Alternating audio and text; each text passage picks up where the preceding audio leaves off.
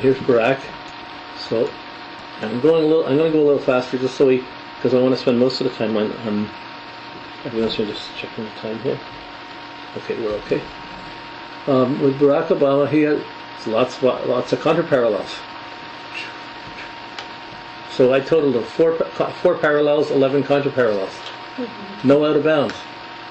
So he's not extremist in his perspective. He's seeing the common perspective of things. He's within bounds. But his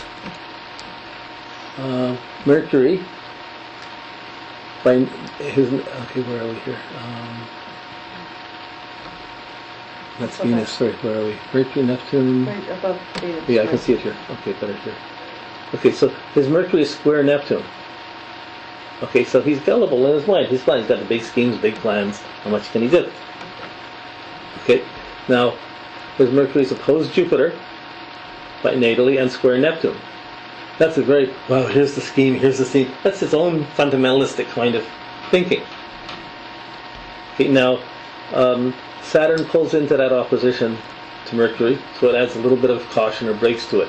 But still, the Mercury opposition Jupiter, they have the contra-parallel, so that makes it stronger. Mercury isn't hitting the contra-parallel to Neptune, but Mercury has a contra-parallel to the midheaven. So how much he can actually pull off? It's enough that he got in as a racial issue to begin with, and be there when the government's coming down, so everything can be blamed on the racial guy.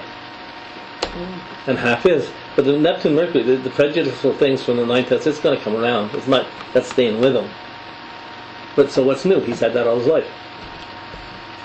But just seeing these little connections, they just get you in a little deeper. You go, oh my.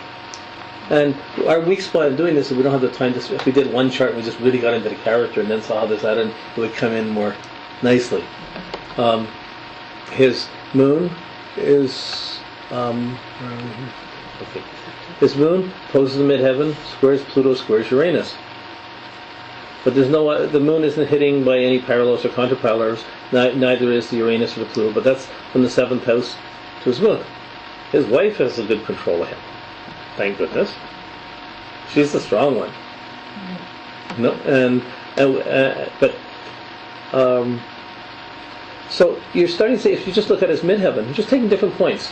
Here's the midheaven. His approach to authority and status. It's contra-parallel to Pluto. Power struggles with authority. He's got the Tea Party to deal with. Okay. Then he's got the parallel to Jupiter.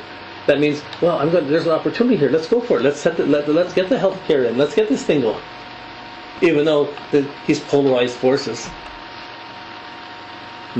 Almost the same way we're polarized here. That's in the world, these polarizations.